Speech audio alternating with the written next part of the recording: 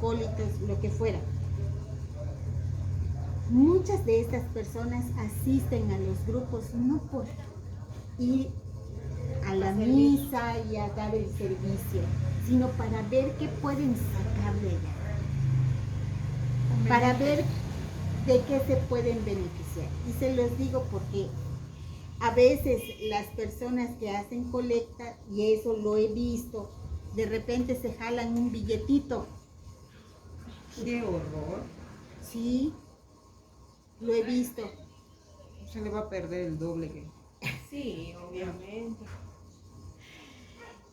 Y entonces, por eso les digo, esta parte y esta lectura nos viene re bien a todos los que damos servicio en la iglesia, porque nosotros no vamos por conveniencia, o no debemos de ir por conveniencia, sino debemos de ir con una actitud de servicio, de caridad, de apostolado.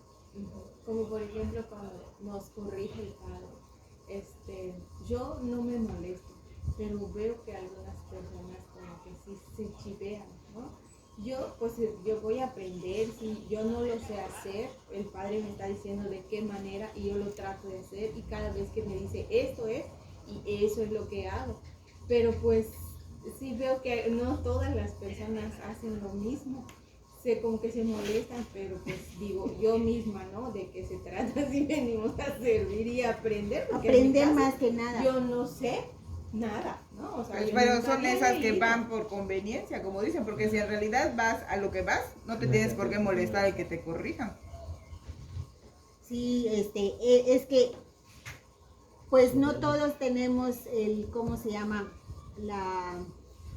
Primero, la actitud de servicio. Primero. Segundo, no tenemos La humildad. de aceptar una corrección. Por soberbios. Y tercero, pues no todos tenemos las instrucciones, porque para eso estamos yendo, para ser instruidos por el sacerdote. Entonces tienes que acatar lo que el sacerdote te está diciendo, porque si nos dice no tienes que pararte así, o así, o que estés moviendo tu pie, párate derecho porque estás frente a la asamblea, no eres tú en ese momento es el profeta que está hablando, o es el apóstol, porque puede ser, por ejemplo, en el de Hechos de los Apóstoles, es un apóstol el que está hablando. En los demás pueden ser profetas o puede ser el mismo San Pablo, dependiendo, o es el salmista en el caso de los salmos. Entonces, ¿qué nos dice el sacerdote? Tienes que primero haber leído la lectura o el salmo para que sepas de qué está hablando, y cuando tú leas puedas darle esa entonación para que la gente entienda el mensaje que le vas a dar. Entonces, pues sí, hay gente que se chivea, pero pues la función del sacerdote pues es esa de enseñar, de instruir y de sacarnos de nuestros errores cuando hacemos malas cosas. Entonces, el banquete del Señor.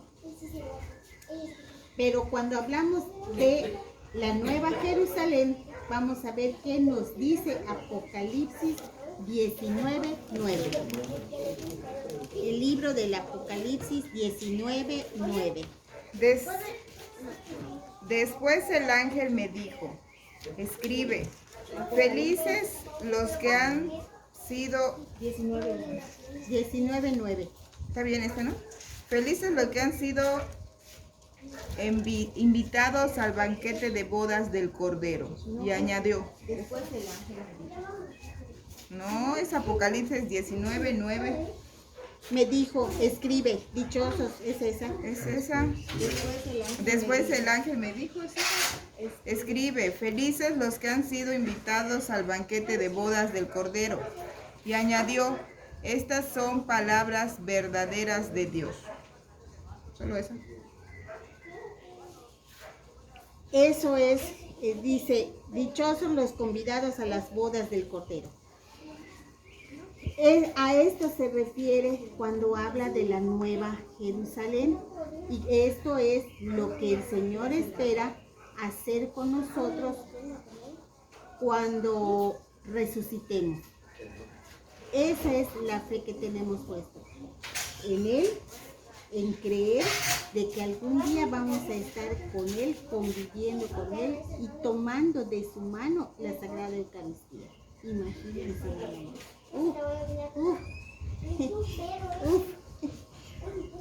Después dice, ¿qué? En el corazón de la celebración de la Eucaristía se encuentran el pan y el vino. Por las palabras de Cristo y por la invocación del Espíritu Santo, se convierten en el cuerpo y la sangre de Cristo. Fiel a la orden del Señor, la Iglesia continúa haciendo en memoria de Él hasta su retorno glorioso lo que Él hizo la víspera de su pasión, que tomó pan, tomó el cáliz lleno de vino, al convertirse misteriosamente en el cuerpo y la sangre de Cristo. Los signos del pan y del vino siguen significando también la bondad de la creación. Pues sí, porque ¿de dónde viene el pan y de dónde viene el vino que son consagrados? Viene del trigo y viene de la uva. Y esto también es un don que Dios mismo nos proporciona. Que lo transforma el hombre en vino y en pan, pero su origen es trigo y uva. Y las dos cosas vienen de la tierra, son frutos de la tierra que Dios mismo hizo, que Dios mismo creó. Entonces el hombre las toma, las transforma en pan y en vino, y el sacerdote lo transforma en el cuerpo y en la sangre, y así se vuelve un círculo. Vean qué bonito es. O sea, Dios mismo nos proporciona los materiales que le vamos a ofrecer. O sea que en todo está la mano de Dios. Y después nos dice,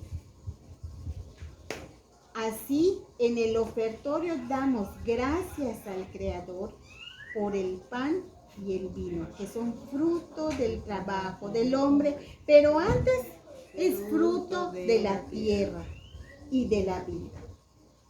Dones del Creador. La Iglesia se ve en el gesto de Melquisedec, rey y sacerdote, que ofreció pan y vino, una prefiguración de su propia ofrenda. Aquí no voy a tocar mucho a Melquisedec, porque a Melquisedec lo vamos a ver la próxima semana, que vamos a ver el orden sacerdotal.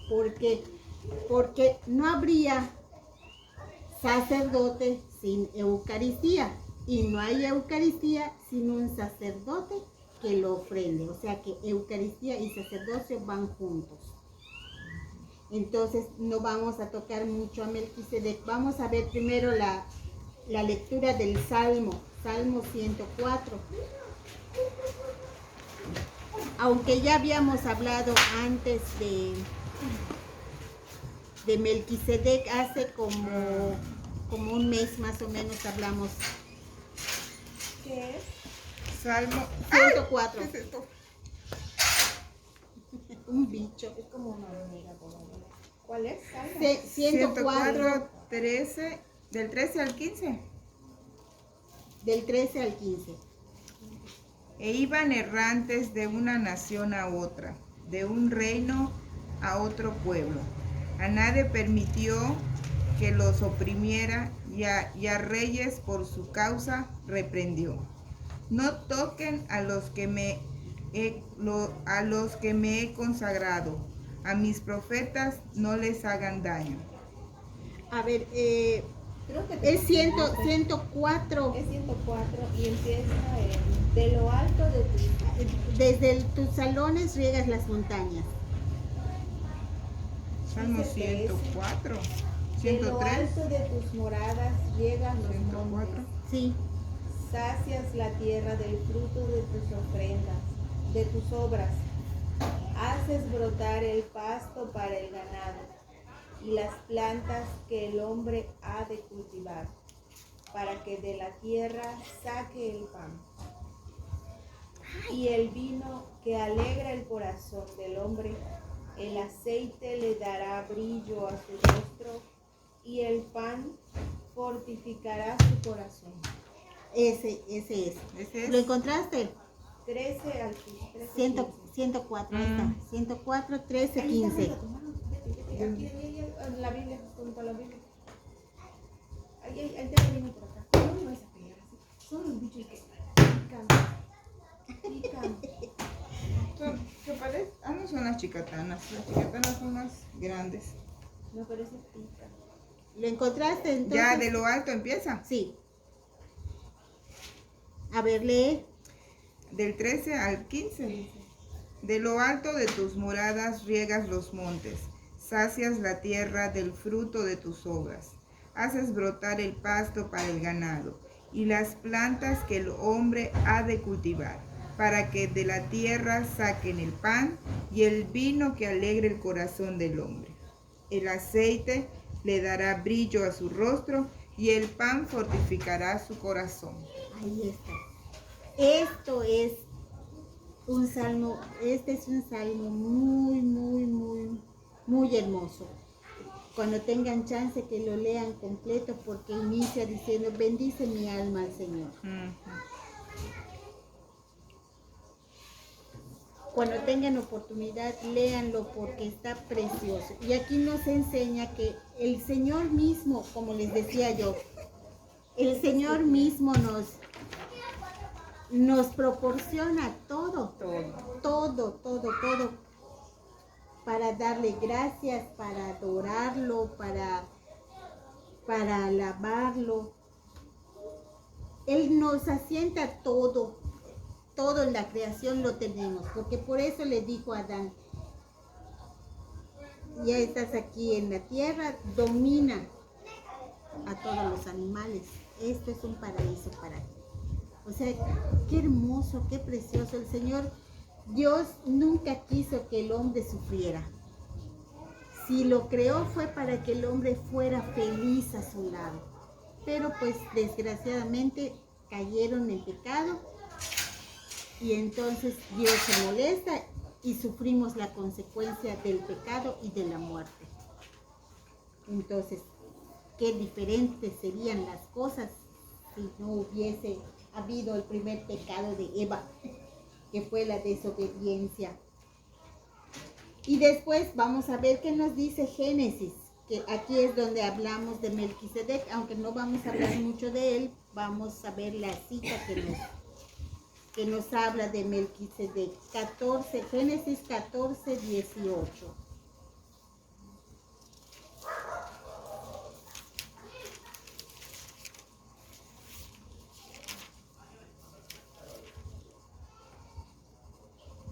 Entonces Melquisedec, rey de Salem, trajo pan y vino, pues era sacerdote del Dios Altísimo. Era sacerdote del Dios Altísimo. Por eso les digo que no puede haber un ofrecimiento, una ofrenda sin sacerdote. Y no puede haber sacerdote sin ofrenda. O sea, uno va tomado de la mano del otro.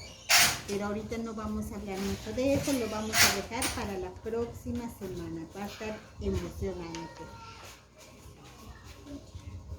En la antigua alianza, el pan y el vino eran ofrecidos como sacrificio entre las primicias de la tierra, en señal de reconocimiento al Creador.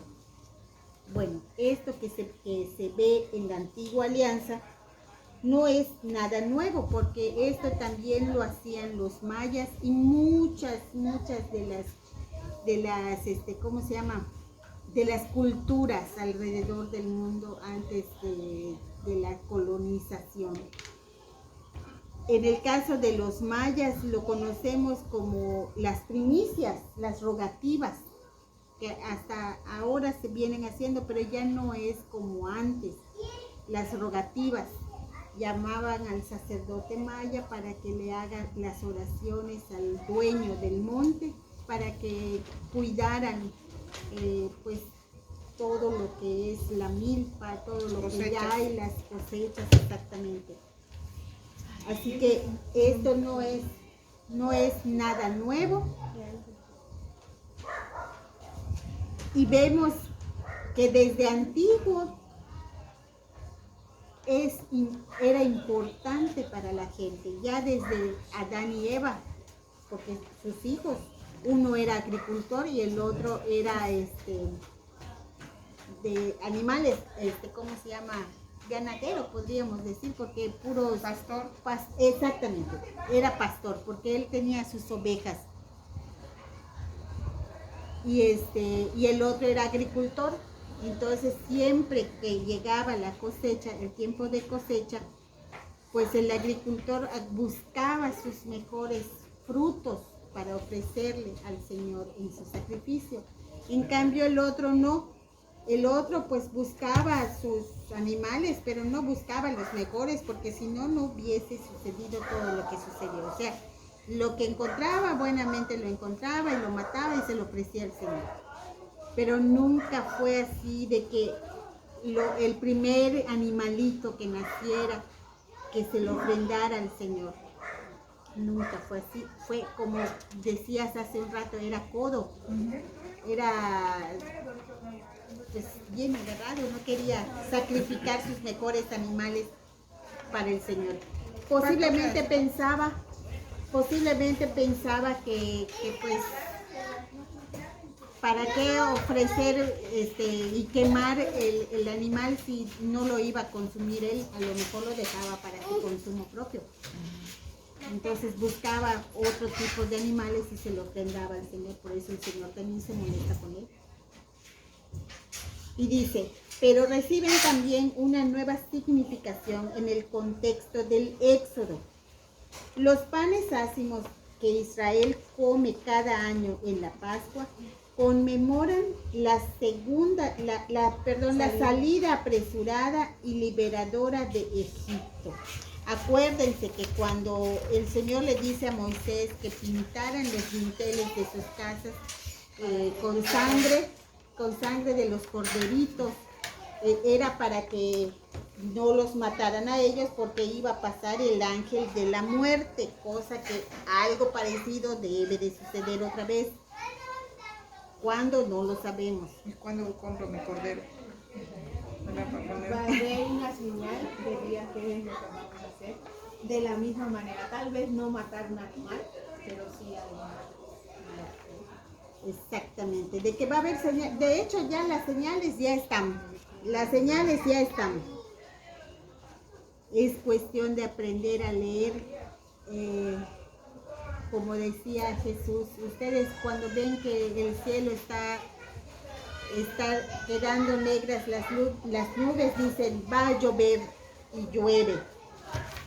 Pero ¿cómo es que no pueden leer las señales de que ya está el Mesías aquí? Porque están ciegos. Y pues así nosotros tenemos que mantener los ojitos bien abiertos para poder leer los signos de los últimos tiempos que estamos viviendo. Y después dice, el recuerdo del maná del desierto sugerirá siempre a Israel que vive del pan de la palabra de Dios. Vamos a ver qué nos dice Deuteronomio 8:3. Deuteronomio está después de Números, está cerquita de Génesis. Deuteronomio 8:3.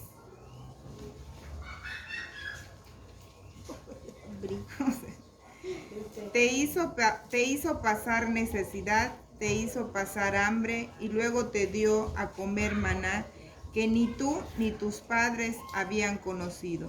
Quería enseñarte que no solo de pan vive el hombre, sino que todo lo que sale de la boca de Dios es vida para el hombre.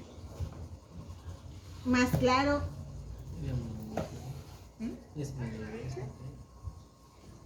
más claro ni el agua. El Señor les quita la carne porque los lleva al desierto. En el desierto ellos tenían sus animalitos, los empiezan a consumir y todo, pero cuando se termina eso, empiezan a padecer hambre. Entonces le dicen a Moisés, ¿qué pasó? Para eso nos sacó el Dios de Israel, para traernos aquí y matarnos de hambre. Entonces va Moisés y le dice, Señor, el pueblo tiene hambre. Y el Señor le dice, no te preocupes, va a caer maná del cielo. Entonces el Señor siempre les proveyó, y cuando se fastidiaron del maná, entonces ya está harta la gente de maná, empiezan a caer esas avecitas, no me acuerdo en este momento no me acuerdo cómo se llaman. Entonces caían las parvadas, bajaban mucho, creo que sí, codornices, bajaban mucho, venían casi arrastrándose en el suelo, y entonces la gente los podía atrapar. Y para eso estaba, porque el Señor los había mandado. Después que ya no hay agua y ya nos estamos muriendo de sed, le dice a Moisés, ve y saca agua de esta roca. Y les da agua. No, que ya no queremos eso. Es que la gente nunca está conforme con nada. De veras que Dios es muy bondadoso, paciente, muy misericordioso. Y paciente con todos. Porque para todo lo que hemos hecho, yo creo que si fuésemos nosotros, ya hubiésemos destruido. Ya estuvieran achicharrados todos. Sí, es que es la verdad, porque el hombre cada vez se pone más en contra de Dios. Cada vez es peor. Y después dice, finalmente el pan de cada día es el fruto de la tierra prometida, prenda de la fidelidad de Dios a sus promesas. O sea, y eso también es una verdad que nosotros no podemos evadir ni evitar, y perfectamente nos lo restrega en la cara para que digas, cómo he sido tan ciego. El pan de cada día es el fruto de la tierra prometida. ¿Por qué? Cuando Jesús se va a ir al cielo y le dice a sus apóstoles que vayan y evangelicen y bauticen a todos en el nombre del Padre, del Hijo y del Espíritu Santo. Les manda al Paráclito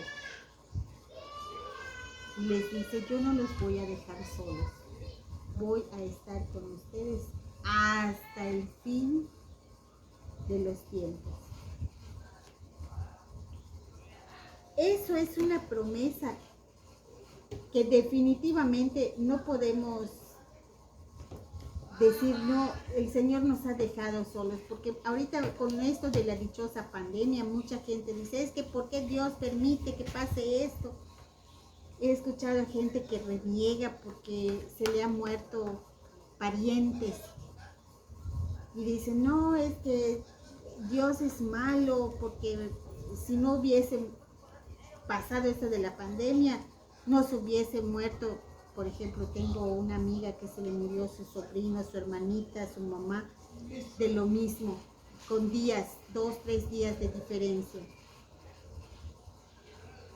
Y dice, no, es que Dios es malo, ¿cómo puede haber un Dios que dicen que es amor si permite que pasen esas cosas?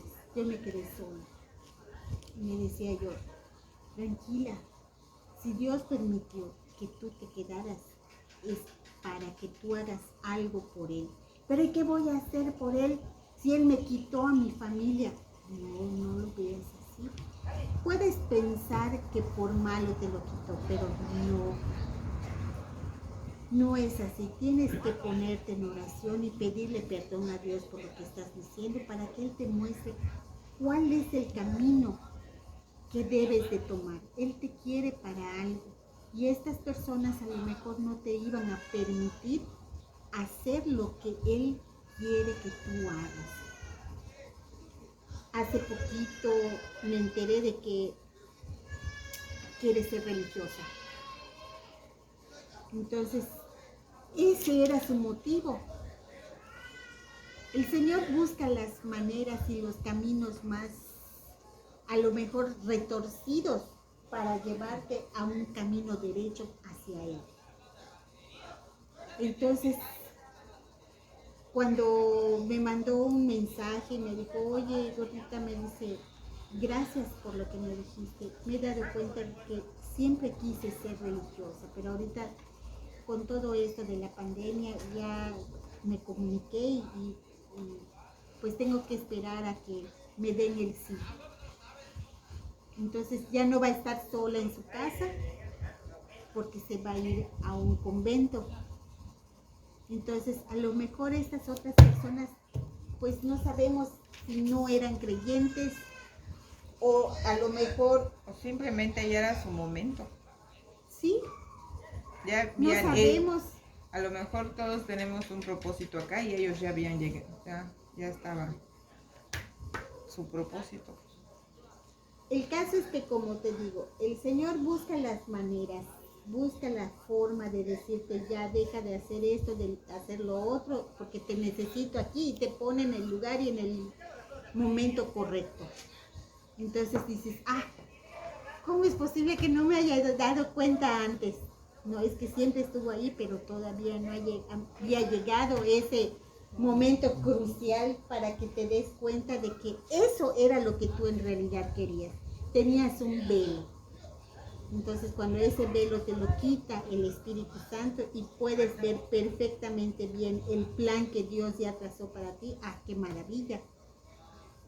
Pero muchos andamos como ciegos porque no encontramos nuestro camino ni nuestra vocación. ¿Por qué? Porque no hacemos oración, porque no reconocemos a Jesús como Señor, porque no reconocemos a Dios como Dios. Vivimos en el mundo, en las cosas del mundo y para las cosas del mundo, no para Dios. Entonces así tenemos ese velo, por eso no podemos ver, aunque nos estemos caminando y chocamos, regresamos, volvemos a chocar. ¿Por qué? Porque tenemos ese velo, porque eso no es lo que no nos permite ver más allá de poder, más allá de nuestra nariz y poder descubrir el plan de Dios para nosotros. ¿Y qué es lo que nosotros con este estudio de las Sagradas Escrituras, de los mandamientos de Dios, de los sacramentos y poquito más allá, después vamos a ver a la Virgen María porque la vamos a estudiar para poder entender también cosas que la Virgen María nos ha revelado en sus apariciones, como por ejemplo de la Salet, de Fátima, de Praga, de La Paz, de Medjugorje. O sea, nos ha dejado mensajes que muy pocas personas aceptan y saben. Entonces, por eso les digo, por poco a poco vamos a ir descubriendo este gran universo de Dios.